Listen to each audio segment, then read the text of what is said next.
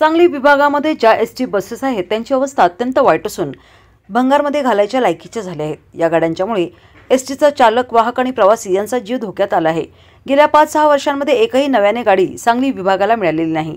सरकार प्रवाशांसाठी नवीन सवलती जाहीर करत आहे, त्यामुळे प्रवाशांची संख्या वाढली असून खराब असलेल्या एसटी बसेसची संख्या जास्त आहे। त्यामुळे एसटी महामंडळ तोट्यात येत आहे। तरी सांगली विभागाला 100 ते 150 नवीन एसटी बसेस द्याव्यात अशी मागणी मुंबई येथे मंत्रालयात परिवहन मंत्री माननीय प्रताप सरनाईक यांची एसटी कष्टकरी जनसंघाचे सांगली विभागीय अध्यक्ष माजी आमदार नितीन शिंदे यांनी भेट घेऊन संघटनेच्या वतीने निवेदन देऊन मागणी केली होती। त्यावेळी परिवहन मंत्र्यांनी टप्प्याटप्प्याने सांगली विभागाला नव्या एसटी बसेस तातडीने देऊ अशी ग्वाही दिली होती। त्याच भेटीवेळी माजी आमदार नितीन शिंदे यांच्या समोरच उपस्थित असलेल्या अधिकाऱ्यांना परिवहन मंत्र्यांनी सांगली विभागाला नवीन एसटी बसेस द्या असे आदेश दिले होते। त्याचप्रमाणे सांगली विभागामध्ये नव्या 5 एसटी बसेस दाखल झाल्या आहेत। त्या नवीन एसटी बसेसची पाहणी माजी आमदार नितीन शिंदे यांनी एसटी कष्टकरी जनसंघाचे प्रदेश सचिव राजू खैरमोडे, रमेश ढमाळ यांच्या समवेत केली। एसटी महामंडळ सांगली विभागामध्ये ज्या बसेस आहेत त्या बसेसची अवस्था अत्यंत दयनीय आणि भंगारमध्ये घालायच्या पात्रतेच्या, योग्यतेच्या असलेल्या अशा या गाड्या की ह्या गाड्यांच्यामुळं चालक, वाहक आणि प्रवाशांचा जीव धोक्यात होता। अनेक वर्तमानपत्रांमधून नव्या गाड्या दिल्या पाहिजेत, या गाड्या जुन्या आहेत त्या भंगारमध्ये घातल्या पाहिजेत, ठिकठिकाणी ह्या गाड्या बंद पडतायत, अपघात होत आहेत।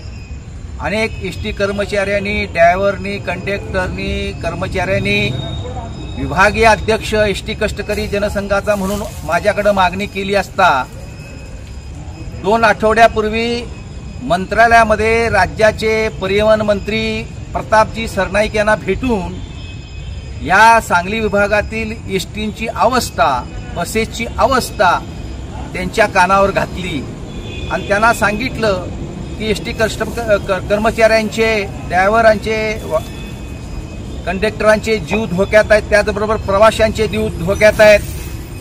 सरकार दररोज नवीन योजना त्या ठिकाणी प्रवाशांसाठी जाहीर करते आहे, परंतु त्या प्रमाणामध्ये एसटी बसेस नाही आहेत।